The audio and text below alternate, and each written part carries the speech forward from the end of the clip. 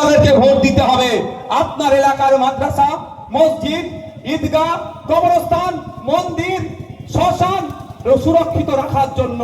কারণ খোঁজ নিয়ে দেখুন, কদিন আগেই আমার কাছে পৌঁছেছিল হঠাৎ 250 বিঘা জমি নিউ টাউনে রাতারাতি সরকারি নামে হয়ে গেছে। ব্যক্তি মালিকানাই ছিল, রাতারাতি সরকারের নামে হয়ে গিয়েছে। ওখানকার বিধায়কের কাছে গিয়েছে, ওখানকার বিধায়ক বলছে দেখছি দেখছি দেখছি। আর আপনার ভাঙড়ের বিধায়কের কাছে যখন কানে খবর এসেছিল এখানে এয়ারপোর্ট করার জন্য ভোগালী 1 নম্বরের দিকে জায়গা খুঁজছে, তখন আমি কি বলেছিলাম খেয়াল আছে?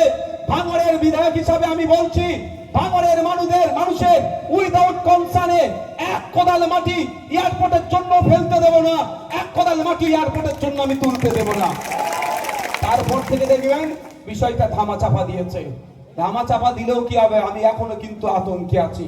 কারণ আপনার এলাকায় এয়ারপোর্ট হবে কি হবে না, এই দায়িত্বটা এই জমি দেখছে কি দেখছে না, এই মর্মে আমি কিন্তু কোশ্চেন জমা করেছি বিধানসভার মধ্যে।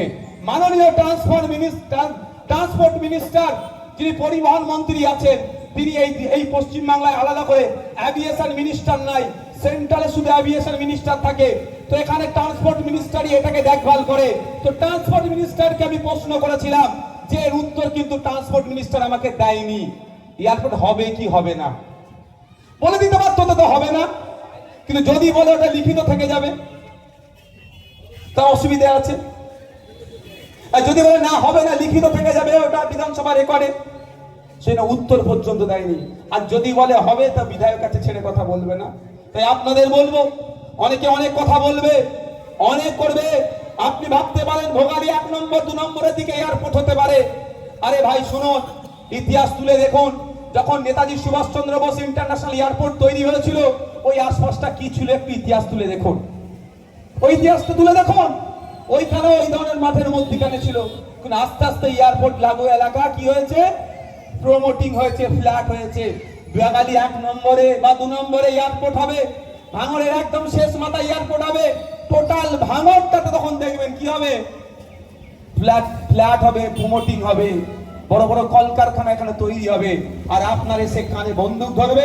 ঠিক যেভাবে পাওয়ার গেটটাকে দখল করেছে, আপনারা ভালো জানেন আমার থেকে বেশি, কেমন ভাবে দখল করেছে দেখেছেন। ওখানে 3 একর 3 বিঘা নাহলে 3 একর জায়গা ওয়াকাফেরও আছে, কিন্তু কানে এক প্রকার বন্দুক থেকেই কিন্তু দখল হয়েছে। তখন কিন্তু এটাও করতে পারে। আপনার বাড়ি, আপনার কানে ঠিক বন্দুক থেকে বলবে সই কর। তার জন্য লড়ার ভাই একটা লোক আপনাকে তৈরি করতে হবে। যদি মনে করেন আপনার হয়ে লড়ার লোক নওশাদ সিদ্দিকী, তাহলে নওশাদ সিদ্দিকী 29 এপ্রিল খাম চিহ্নে ভোট দিয়ে আবার জয়যুক্ত করে বিধানসভার মধ্যে। যদি মনে করেন ওই নটোরিয়াস ক্রিমিনাল আপনার সাথ দেবে, তাহলে আপনার যা ইচ্ছা করবেন। এই বক্তব্য শুধু আইএসএফ বা আইএসএফ এর শুভাকাঙ্ক্ষীদের জন্য নয়, তৃণমূলের গরিব সমর্থকদেরকেও বলছি। তৃণমূলের গরিব সমর্থকদের উদ্দেশ্য আমার বক্তব্য। আজকে এসআইআর নিয়ে শুধু আইএসএফ বা সাধারণ মানুষ আতঙ্কিত নয়, যাদের নাম ডিলিট হয়ে গিয়েছে, আন্ডার অ্যাডজুডিকেশনের মধ্যে আছে। আজকে মমতা ব্যানার্জি, অভিষেক ব্যানার্জিকে খুঁজে পাওয়া যাচ্ছে না। বিগত পরশুদিন সুপ্রিম কোর্টে যে অর্ডারটা এসেছে সেটা মমতা ব্যানার্জির আর অভিষেক ব্যানার্জির করা মামলাতে নয়, নওশাদ সিদ্দিকীর করা মামলার জন্য এখন আপনার ভোটটা আছে। তাই মাথায় রাখবেন, যারা সাধারণ তৃণমূল করেন, বলা হচ্ছে বিজেপিকে আটকাতে হবে। অবশ্যই বিজেপিকে আটকানোর পক্ষে আমরা। বিজেপি কোনো মতেই বাংলায় জায়গা পাক, এটা আমরা চাই না। কিন্তু বিজেপির মূল মুখকে যদি ধরে জেলের মধ্যে ঢুকিয়ে দেয়, বিজেপি বলে আর কিছুই থাকবে না শুভেন্দু অধিকারীকে। যে শুভেন্দু অধিকারী সকাল বিকাল আমাদের হিন্দু মুসলমানের মধ্যে যে ঐক্য, যে সম্প্রীতিকে নষ্ট করার জন্য বক্তব্য দিচ্ছে, জনবঞ্চিত মন্তব্য করছে, ওকে ধরে জেলের মধ্যে রাখা দরকার। কিন্তু মমতা ব্যানার্জি পুলিশ মন্ত্রী হয়েও তাকে আটকাচ্ছে না কেন? একটু তৃণমূলের সাধারণ কর্মীদেরকেও বলবো, একটু ভাববে। তাই আপনার হয়ে লড়াই করার জন্য যদি মনে হয় নওশাদ বাজান আছে, তাহলে তাকে জিতাবেন, বিধানসভার মধ্যে পাঠাবেন। আর যদি মনে হয় না দরকার নেই, সেটা আপনার ইচ্ছা, আমি জোর করবো না। 5 বছর ধরে আপনার আমি বিশ্বাস নষ্ট করিনি। আপনারা আমাকে ভালোবাসা যে দিয়েছিলেন, স্রোতের বিপক্ষে গিয়ে ভোট করে দিয়েছিলেন। একদিকে 2021 নির্বাচনের সময় এনআরসি সিএ করে দেশ থেকে তাড়িয়ে দেবে, সারা রাজ্যের মানুষ যখন ভয় পেয়ে গিয়েছিল, সেই সময় সাহসের দৃষ্টান্ত ভাঙড়ের মানুষ দেখিয়েছে। আমি অনুরোধ করবো এটাই, ওই যে সাহস আপনারা দেখিয়েছেন, আজকে সারা রাজ্যের মানুষ কিন্তু একটাই কথা আমি যেখানেই যাই, যে ভাইজান আমরা অনেক ভুল করেছি, এবার আমাদের এখান থেকেও পাস করিয়ে আপনার সাথে বিধানসভায় আমাদের বিধায়ককে লড়াই করতে পাঠাবো। ভাঙর পথ দেখিয়েছে, তাই অনুরোধ করব কোনো চক্রে পা দেওয়ার দরকার নাই। আসুন আগামী 29 এপ্রিল খাম চিহ্নে ভোট দিয়ে আমার মোহাম্মদ নওশাদ সিদ্দিকীকে জিতিয়ে আবার ভাঙরের শুধু কণ্ঠ নয়, রাজ্যের মানুষের হয়ে কথা বলার সুযোগ আপনারা আমাকে করে দেবেন। আচ্ছা, আমি 5 বছর আপনাদের থেকে পালিয়ে গেছিলাম? 5 বছর আপনাদের সময় দিয়েছি কি দিইনি? আমি তো এরকম বড় প্রোগ্রাম খুব কম করেছি। আমি তো বারণ করেছি, আমি বলছি বুথে বুথে যাব, যাইনি। হয়তো সব বুথ কভার করতে পারিনি, আমি দুঃখিত, কিন্তু আমি ম্যাক্সিমাম টাইম কিন্তু বুথে পৌঁছে গিয়েছিলাম। কারণ কি, যে বুথে এইখানে যে প্রোগ্রাম হচ্ছে, অনেক মায়েরা আসতে পারে না, বয়স্করা আসতে পারে না, বুথে গেলে এখানে এলে নেতাদের বড় বেশি দাপাদাপি, দেখো তাই না? বুথে গেলে নেতা কম থাকে, সাধারণ মানুষ এসে বলতে পারে সুখ দুঃখের কথা, শুনেছি বিধানসভায় সেগুলো তুলে ধরেছে। আর এটা আজকে অন্যান্য বিধায়করা প্র্যাকটিস করার চেষ্টা করছে। দুয়ারে বিধায়ক, আমি কথা দিচ্ছি আপনাদেরকে, আমার সাথ দেন। কদিন আগে দেখছিলেন না 3 মাথার মোড়ে বিডিও অফিসে এসে হাজির হয়ে গেছিল? আমার সাথ দেন, আপনারা বাড়ির সামনে বিডিও অফিসারকে দাঁড় করিয়ে দেবো।